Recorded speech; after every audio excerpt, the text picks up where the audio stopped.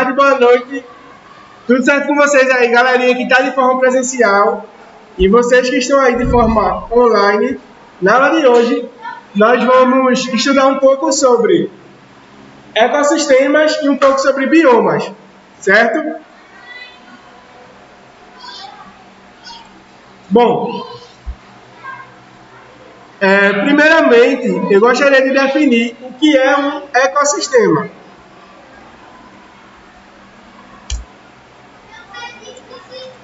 Um ecossistema vai ser a junção de fatores bióticos mais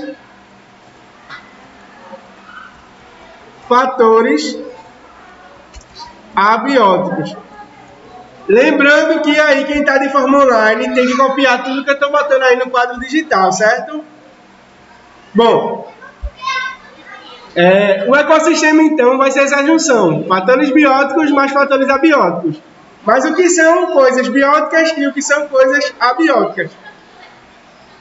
Em ciências, a maioria das coisas que começa com A, geralmente é negação. Então, abiótico, bio de vida, aquilo que não tem vida. E biótico, aquilo que tem vida. Exemplos. Um morcego é um fator biótico. Uma planta, fator biótico. O sol, fator abiótico. As nuvens, fator abiótico. A temperatura do local, fator abiótico. A água também, fator abiótico.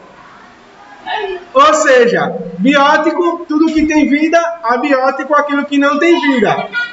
E a interação dos fatores bióticos com abióticos vai dar um ecossistema.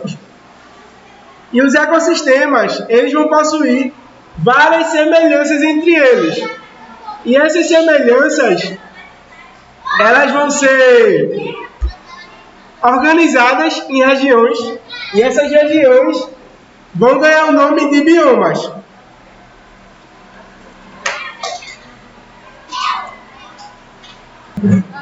E quais são esses biomas? Vamos ver agora.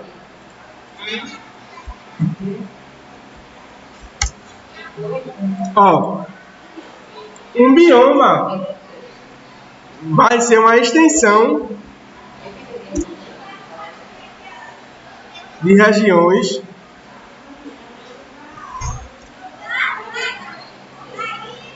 com variações de clima específico, juntamente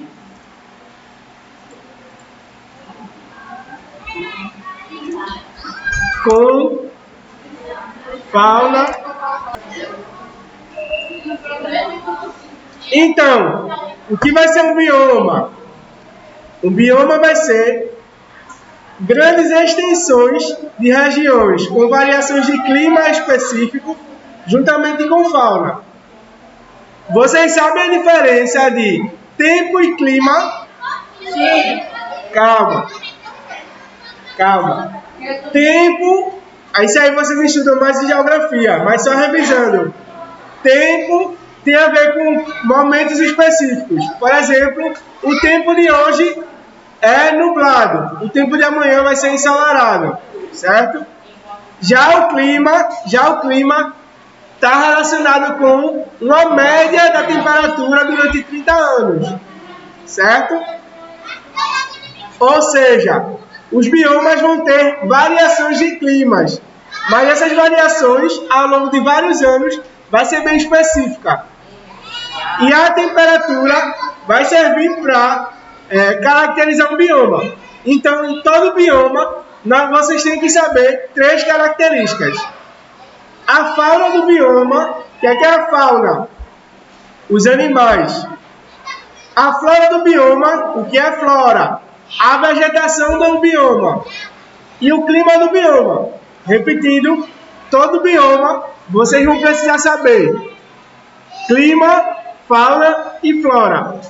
E uma quarta característica também, que é a região, onde aquele bioma se encontra. Alguns são muito fáceis, como a Amazônia, o bioma da Amazônia está na Amazônia, certo? Mas outros aí, como a Mata Atlântica, por exemplo, está em vários estados. Cerrado também está em vários estados, então é mais difícil, certo? E quais são os biomas? Vão ser 6 principais biomas.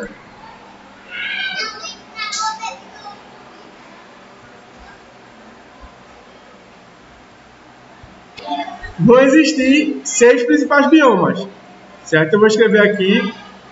Aí vocês vão passando isso no caderno aí, quem está de forma remota.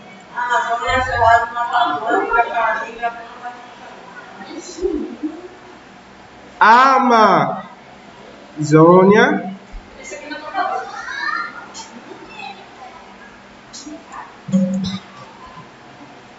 Cerrado,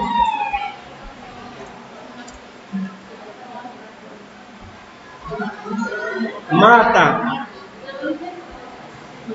Atlântica, Caatinga,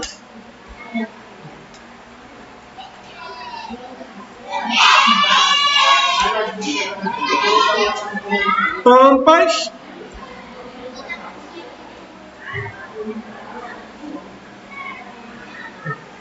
e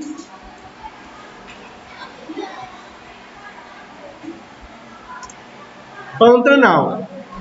Repetindo, os biomas são Amazônia, Cerrado, Mata Atlântica, Caatinga, Pampas e Pantanal, certo?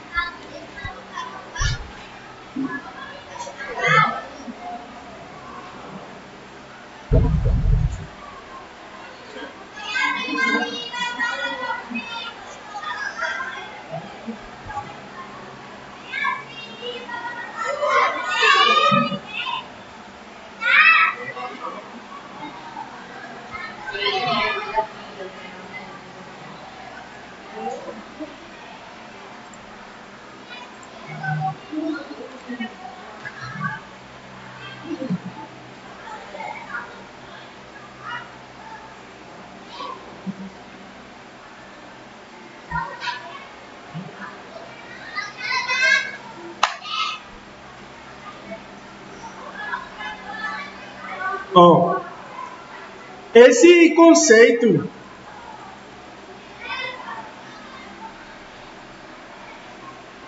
de biomas, ele é muito usado por 2 profissionais, por biólogos e por geógrafos, certo? E ele pode ser conceituado dessa forma: extensões de regiões com variações climáticas específicas juntamente com fauna e flora também específica. Ou um conjunto de vida animal e vegetal constituído por grupos de vegetações que vão poder ser identificados em nível regional com condições de geologia e clima semelhantes e que historicamente sofreram os mesmos processos de paisagem, resultando em uma diversidade de fauna e flora própria, certo? Um conceito muito importante aí que vocês têm que ter é o que é biodiversidade, certo? Bio, vida, diversidade é sinônimo de variação. Por exemplo, existem, quando vocês pensam em diversidade, em biodiversidade, imagine aí o que vem na mente de vocês. Acredito que a maioria de vocês, quando pensa nessa palavra, biodiversidade, remeta a uma floresta cheia de coisas, não é isso? Mas existem florestas que não possuem biodiversidade. E existem rios pequenos, às vezes de 2 metros, que têm muito mais biodiversidade do que florestas enormes. Por quê? Para existir biodiversidade, é necessário que exista uma variação de vida. Não existe biodiversidade com 2 espécies. Por que eu estou falando isso? Lá em 1950, começou-se a ficar cada vez mais nítido a existência de desertos florestais. E depois veio chamar isso de floresta de desertos. O que são as florestas de deserto?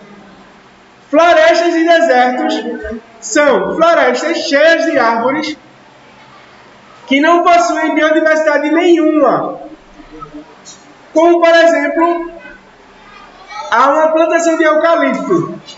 Tem muito eucalipto em várias regiões, mas só tem eucalipto, não tem mais nada. É um deserto. É igual se você pegar as características climáticas, vegetais e ambientais do local, vai ser extremamente semelhante a um deserto, porque não existe variação de espécies, só tem eucalipto. E esse problema, ele começou da seguinte forma. Existe uma lei e regras também mundiais que toda indústria, quando for ser construída no local, principalmente em locais que existem muitas árvores e muitos animais, aquela indústria ela tem que compensar tudo que ela destruiu a partir de plantações. Então, se uma indústria destruiu 20 árvores, ela vai ter que plantar 60 árvores. Porque cada árvore tem que valer em torno de 3 a nível de plantação. Por quê? Quando as indústrias desmatam, elas não matam apenas as plantas, elas também matam os animais. E é impossível, inviável, você converter a morte em animal. Só é viável você converter a morte em plantas. Porque uma planta você pode plantar em qualquer lugar.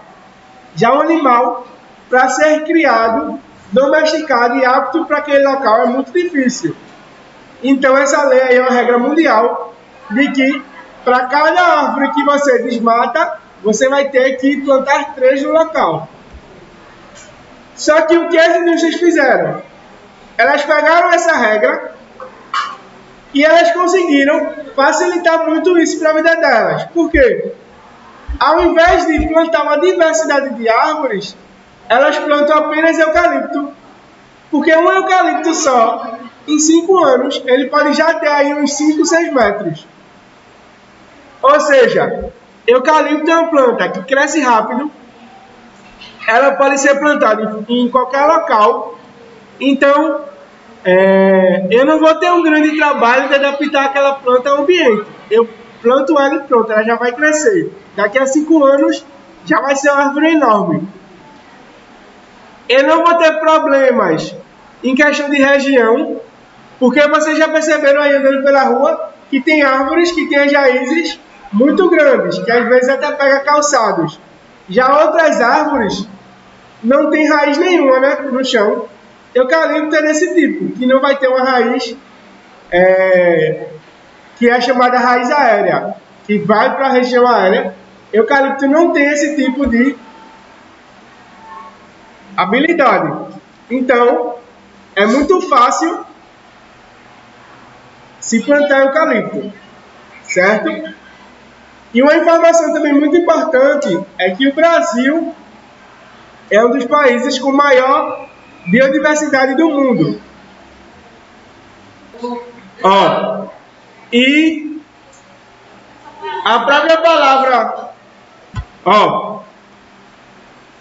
então sempre tenha em mente esse conceito de biodiversidade, que para existir biodiversidade é necessária uma variação, certo?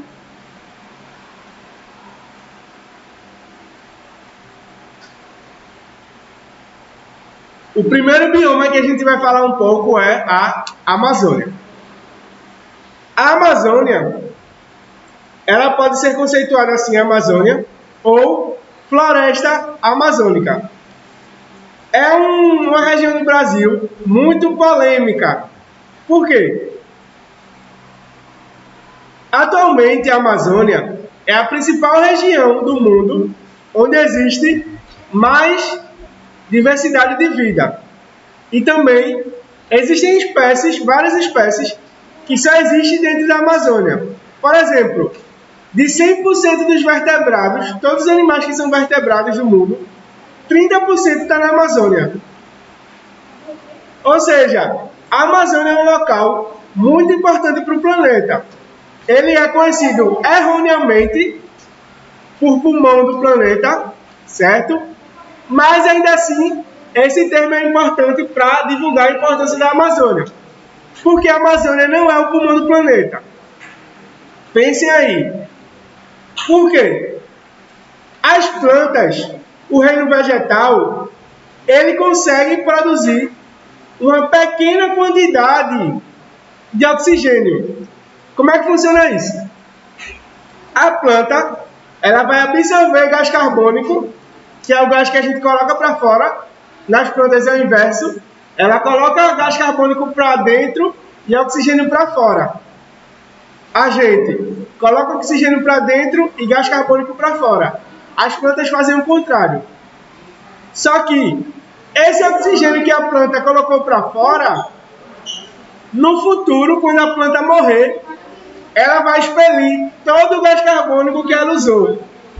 Ou seja, ela produz oxigênio naquele período de tempo que ela está viva, mas quando ela morre, ela coloca para fora o gás carbônico. Então é mesmo que nada. A produção de oxigênio das plantas não é tão alta assim.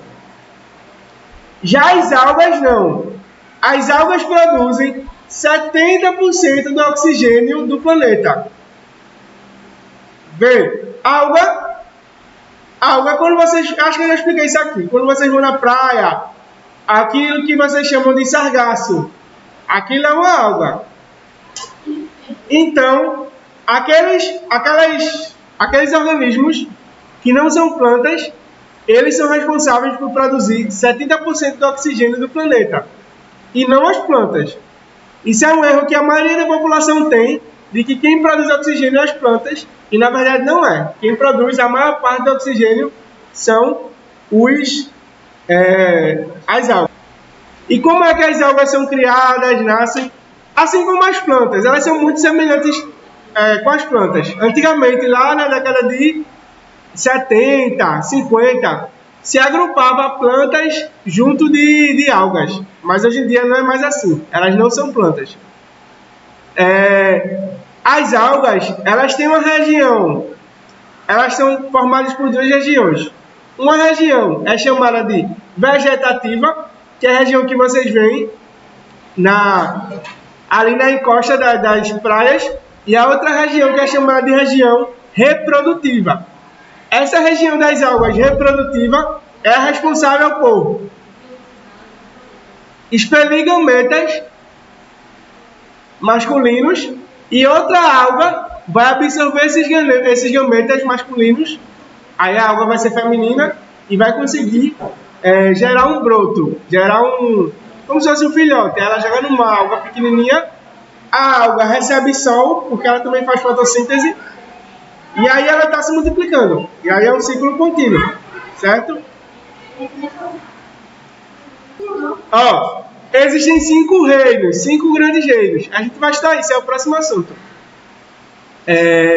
Reino das bactérias, reino dos fungos e o reino protista, que é formado por protozoários e algas. O reino das algas é esse aqui, protozoário. Aí depois vem o reino das plantas e depois o reino dos animais, certo? As algas, elas são do reino dos protozoários. Então, a Amazônia erroneamente é conhecida como o pulmão do mundo. É uma região extremamente úmida, como eu já falei aqui, chove todo dia às 5 horas na Amazônia. Existem folhas do meu tamanho, ou muitas vezes até maior que eu, Algumas folhas da Amazônia podem chegar até 5 metros, certo? Maior que o ser humano. E quais estados a Amazônia vai ocupar? Acre, Amapá, Amazonas, Pará, Roraima, Rondônia e também Tocantins, Mato Grosso e Maranhão. Ou seja, o bioma da Amazônia não está só na Amazônia, mas ele está principalmente na Amazônia. Mas suas características, elas são muito extensas. E ele ainda vai aí habitar uma região de 8 países da América do Sul. Ele vai habitar Guiana Francesa, Suriname, Guiana Normal, Venezuela, Colômbia, Equador, Peru e Bolívia. Certo? Problemas que envolvem a Amazônia. Primeiro, queimadas. A Amazônia só tem queimada, eu já falei isso aqui, acho. A Amazônia só tem queimadas se o ser humano criar. Porque se ela chove todo dia, não tem como ter fogo. Certo? Então, lá no começo de janeiro de 2020, quando a Amazônia estava passando por várias queimadas, não foi natural. Aquilo não é normal. Foi o ser humano que colocou queimadas. Para que as pessoas vão desmatar e queimar a Amazônia? Para que as pessoas querem desmatar a Amazônia? Para colocar no local da Amazônia gado. Boi, vaca, principalmente vaca. Aí elas desmatam, queimam tudo e colocam vaca ali. Fazem uma plantação, que é chamada de plantação rasteira, que é o famoso capim. Botam lá vários capins para as vacas comerem. Ou isso, ou plantação de soja. Como eu já falei aqui também, 70% da soja serve de alimentação para as vacas. Então, a soja plantada ali não vai ser aquela soja que a gente come, vai ser a soja para alimentar o próprio gado. É um sistema que ele se retroalimenta. O que é retroalimentação? É uma coisa que estimula a si próprio. Por exemplo, vocês retroalimentam muito a mãe de vocês a ficar com raiva de vocês. Vocês irritam a mãe de vocês e a mãe de vocês bate em vocês. Aí sempre quando vocês irritam, vocês apanham. E aí é um ciclo que se repete. Isso é chamado de retroalimentação.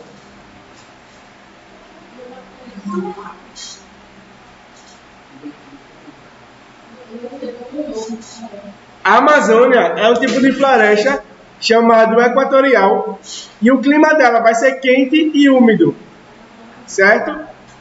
E sua pluviosidade vai ser muito grande, ou seja, elevada. Pluviosidade é igual a chuva. Só você lembrar, ó, o barulho que a água faz quando cai na terra é plu-plu. Minha professora falou isso quando eu estava no primeiro ano de geografia, minha professora de geografia. Nunca mais eu esqueci. Pluviosidade é o quanto chove naquele local, certo? Apresenta ricas bacias hidrográficas. O que é uma bacia hidrográfica? Isso eu acredito que vocês estudam mais em geografia. Mas a bacia hidrográfica é quando se tem uma reserva de água muito grande, que é a do rio Amazonas, que é considerado um dos maiores do mundo. Ele está numa briga aí acirrada com outro rio, que é o rio africano. Mas algumas pessoas dizem que ele é o maior, outras pessoas dizem que é o rio Amazonas. Então, o bioma Amazonas vai ter árvores muito altas, vai ter arbustos, epífitas. O que são epífitas? A orquídea, por exemplo, é um epífita. Uma epífita. O que é isso? São plantas que crescem absorvendo a energia de outra planta. Assim como toda família tem o que as pessoas chamam de parasita ou de intruso, que é aquela pessoa que não faz nada, só aí fica se nutrindo às custas do pai, da mãe ou dos avós. As epífitas são a mesma coisa, só que nas plantas. elas absorvem toda a energia de árvores grandes para si. E também plantas herbáceas. Plantas herbáceas são plantas pequenas, certo? Diferente de árvores aí, plantas muito grandes. As herbáceas não consomem energia de outras, não. Verdade. Outro problema muito grande que existe na Amazônia é o seguinte: por ter muitas árvores muito altas, tem árvore na Amazônia que tem mais de 500 anos, e folhas muito grandes, acaba que a luz não chega no solo, certo? A luz do sol não chega no solo porque as árvores de cima estão tampando. É chamada de floresta densa também, porque tem tanta árvore que o sol não consegue chegar no solo. E faz com que o solo ele fique pobre. E também faz com que as árvores novas não consigam crescer.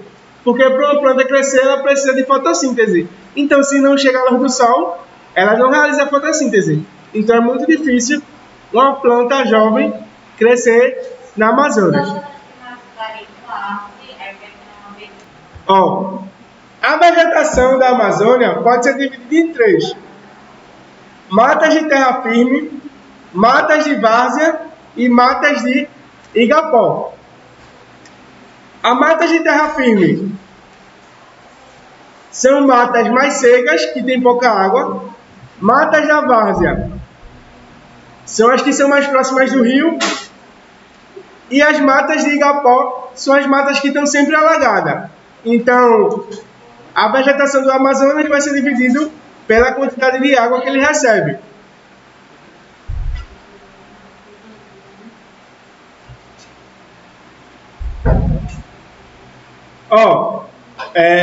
Normalmente as pessoas dizem que na Amazonas existe entre 800 mil e 30 milhões de espécies. Por quê? Uma espécie só na Amazônia, por exemplo, a espécie humana é uma só, certo? Então no mundo existe só uma espécie humana. Mas por que esse número tão grande de espécies? 30 milhões. Porque muitas vezes você tem animais e plantas muito parecidos, mas que não são da mesma espécie. E para isso seria necessário muito estudo. Mas é muito inviável atualmente, pelas condições que temos, fazer esse estudo, né? Porque se fosse feito um estudo detalhado, catalogando todas as espécies da Amazônia, com certeza aí seria no mínimo 10 milhões de espécies. Porque às vezes você vê seres vivos muito parecidos, aí plantas ou animais, mas que se você for ver mais detalhado, são de espécies diferentes. E muitas espécies aí da Amazônia estão em extinção.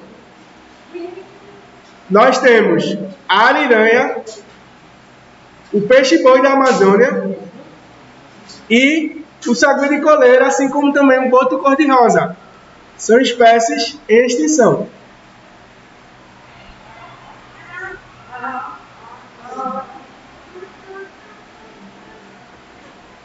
Então, galerinha que está de forma remota, a aula de hoje era isso. Obrigado e até a próxima.